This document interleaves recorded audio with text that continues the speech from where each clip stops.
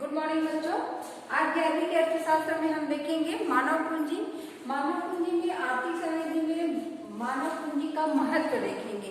मानव पूंजी, हम पूंजी के बारे में तो जानते हैं, जो धन संपदा होती है, जो रुपए पैसा है, पूंजी कहते हैं, ठीक है। परंतु मानव पूंजी के बारे में बताए हैं कि मानव पूंजी क्या कहलाता है। मानव जो है विकास करता है, मानव के पास गुण रहता है, उनका स्वभाव, उसका आचार विचार, वो मानव की पूंजी होती है। उनके विकास से देश का विकास होता है। मानव पूंजी जितना अधिक हो वो देश अधिक तरक्की करता है, क्योंकि जितना मानव पूंजी रहेगा उतना देश में बड़े बड़े पद पे जाएंगे। डॉक्टर, इंजीनियर, वैज्ञानिक तरह तरह के अपने अनुभव और अपनी योग्यता के अनुसार वो विकास करते जाएगा। तो इसी के बारे में बताया है कि जितना अधिक देश में मानव पूंजी रहेगा उतना देश का विकास करेगा। क्योंकि पूंजी होते हुए भी मानव के पास अगर दिमाग नहीं रहेगा, योग्यता नहीं रहेगा, तो वो पूंजी कुछ काम का नहीं है। जब तक मानव पूंजी ना हो देश का विकास नहीं हो सकता, क्योंकि मानव पूंजी ही ऐसा है, गुण है, जैसा स्वभाव है, ऐसा कर्म है, जो हमारे देश में जितने भी पूंजी है, साधन है, उसको लेकर वो विकास करता है, आगे बढ़ाता है देश को। तो आर्थिक समृद्धि में मानव पूंजी निर्माण का महत्व दिया है। आर्थिक विकास के लिए मानव पूंजी बहुत योगदान है, क्योंकि मानव ही है जो देश को सफलता के राह में आगे ले जाता है। मानव ही योग्य व्यक्ति है जो बहुत सारे अलग अलग कार्य करता है। वो वैज्ञानिक बनकर वो नया नया प्रयोग करता है, नए नए विकास की राह पर आगे ले जाता है, और बहुत सारे इसमें देखेंगे। मानव पूंजी का कुशल उपयोग मानव पूंजी पर ही निर्भर करता है। मानव पूंजी निर्माण पूंजी की उत्पादकता में वृद्धि करता है तथा उत्पादकता बढ़ाती है तथा विकास की गति को तीव्र करती है। मानव के ही क्षमता पर आधारित है कि उत्पादन क्षमता को बढ़ा के रखता है, उत्पादन अधिक से अधिक होता है और वो विकास की गति को तेज करता है। मानव पूंजी निर्माण उत्पादकता बढ़ाने के साथ साथ नव प्रवर्तन तथा आविष्कारों को विकसित करती है तथा आर्थिक विकास के निर्धारक तत्व भी हैं।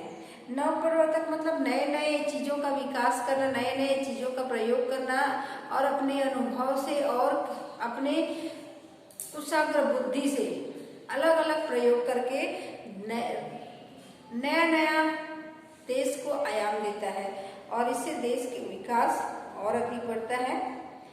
मानव पूंजी निर्माण से सहभागिता की दर में वृद्धि होती है, एक दूसरे के साथ में सहयोग की भावना बढ़ती है, क्योंकि एक अकेला कुछ नहीं कर सकता।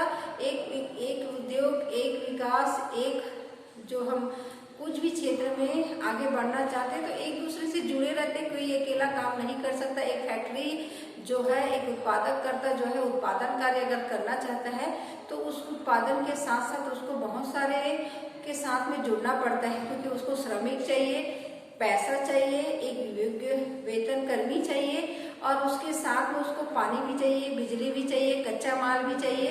तो ये सारी चीज को लेके वो चलता है, तब कहीं उत्पादन कर पाता है। तो इसके लिए सहभागिता की जरूरत होती है। तो मानव पूंजी सहभागिता की दर में वृद्धि करती है। मानव पूंजी निर्माण की सहायता से ग्रामीण विकास तथा आर्थिक विकास की गति को तीव्र की जा सकती है, क्योंकि गांव के विकास, शहर में तो विकास हो ही जाता है, क्योंकि देश जो है शहरों से जुड़ा पहले रहता है, देश विदेश से, और जो भी कार्य होता है वहीं से स्टार्ट होता है। विकास वहाँ जल्दी होता है, क्योंकि उद्योग होते हैं, बड़े बड़े कारखाने होते हैं, तो जो विकास कार्य वहीं से शुरू होता है। परंतु गाँव से भी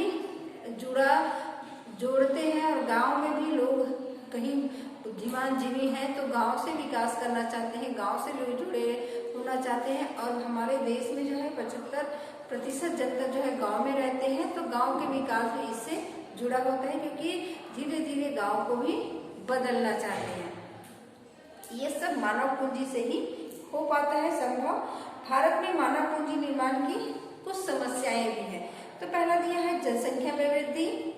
तो मानव पूंजी निर्माण में जनसंख्या वृद्धि एक बहुत बड़ी समस्या है, क्योंकि हमारे देश में ये बहुत विकराल है, क्योंकि जनसंख्या जो है बहुत तेजी से बढ़ रहा है, और इस बढ़ती हुई जनसंख्या को रोक पाने में बहुत असफलता का सामना करना पड़ता है, क्योंकि जितना भी उत्पादन कार्य है वो उत्पादन का बहुत सारा हिस्सा जो है हमारे जनसंख्या के द्वारा ही उपभोग कर लिया जाता है, खा लिया जाता है। और इस चक्कर में हम जनसंख्या ज्यादा होने से हम जिसको जिस लायक बनाना चाहते हैं उस पर भी खर्चा कर नहीं पाते हैं, जो पोषक तत्व देना चाहते हैं वो भी नहीं दे पाते। क्योंकि अगर एक घर में किसी के घर में 4 बच्चे हैं तो एक बच्चे का पालन पोषण और 4 बच्चे के पालन पोषण में बहुत अंतर आता है।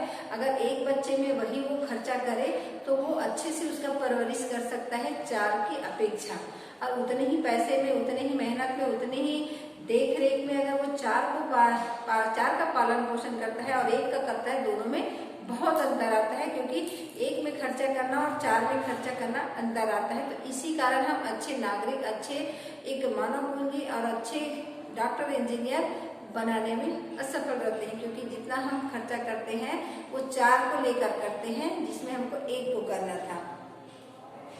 प्रतिभा पलायन। प्रतिभा पलायन हमारे देश की बहुत बड़ी समस्या है। बाहरी चकाचौंध के चलते जो भी अच्छे पोस्ट में जाते हैं, जो भी अच्छे विकास कर लेते हैं, बड़े डॉक्टर, इंजीनियर बन जाते हैं, वो चाहते हैं कि हम यहाँ ना रह के कहाँ जाए, विदेश में जाए, विदेश में अच्छे से कमाए, अपना पढ़ाई वहीं करें और वहीं हम रहकर अच्छा पैसा अर्जित कर सकते हैं, धन अर्जित कर सकते हैं। तो लोगों की सोच है बाहरी चकाचौंध को देखते हुए वो वहीं जाना चाहते हैं, वहीं रहना चाहते हैं और अपने देश में पढ़े लिखे हैं और यहीं के नागरिक होकर यहाँ का विकास नहीं सोचते हैं। ये भी एक समस्या है। अपर्याप्त मानव शक्ति नियोजन। यहाँ पर अपर्याप्त मानव शक्ति नियोजन है। मानव की जो शक्ति, ताकत है, उनका सही तरीके से नियोजित नहीं किया जाता, उसको उत्साहित नहीं किया जाता। प्राथमिक क्षेत्र में काम के दौरान प्रशिक्षण की अपर्याप्तता। लोगों को शुरू में जो शिक्षा दी जाती है वो सही नहीं होता। यहाँ की शिक्षा जो है प्रशिक्षण के तौर पर नहीं दिया जाता। जो किताबी शिक्षा है, रटंतु पठंतु ऐसा शिक्षा दिया जाता है, प्रशिक्षण की कमी होती है। अगर प्रशिक्षण दिया जाए शुरू से बच्चों को तो उनकी जो पढ़ाई का लेवल है, उनकी सोच है, वो बदला जा सकता है।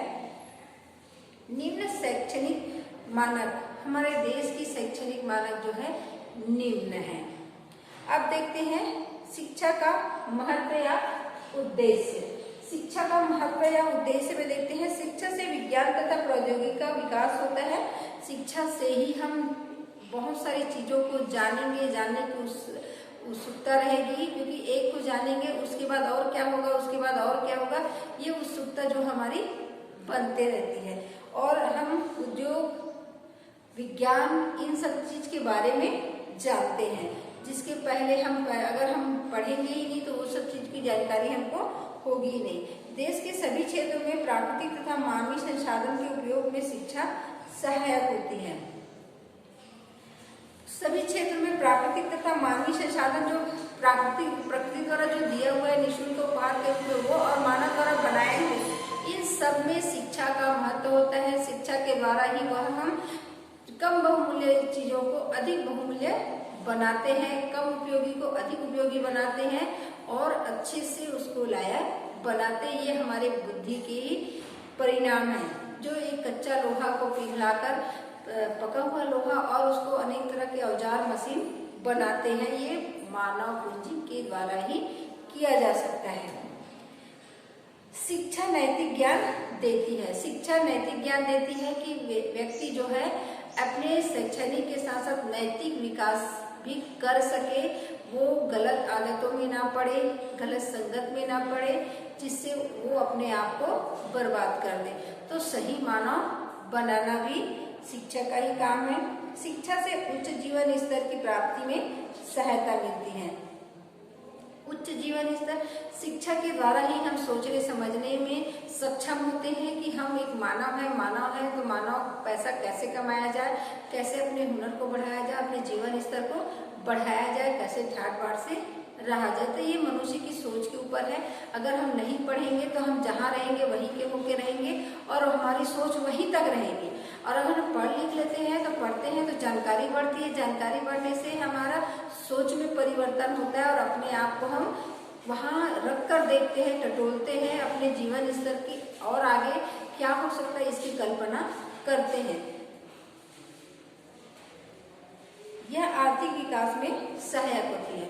अगर व्यक्ति पढ़ लेता है तो अनेक प्रकार के कार्य करने में सक्षम होते हैं। जैसा भी कार्य है वो करने के लिए उत्सुक होता है और अपने बुद्धि के बल पर अनेक प्रकार के कार्य वो करते जाता है, देश के विकास में सहयोग देते जाता है। अब देखते हैं शिक्षा के क्षेत्र में विकास।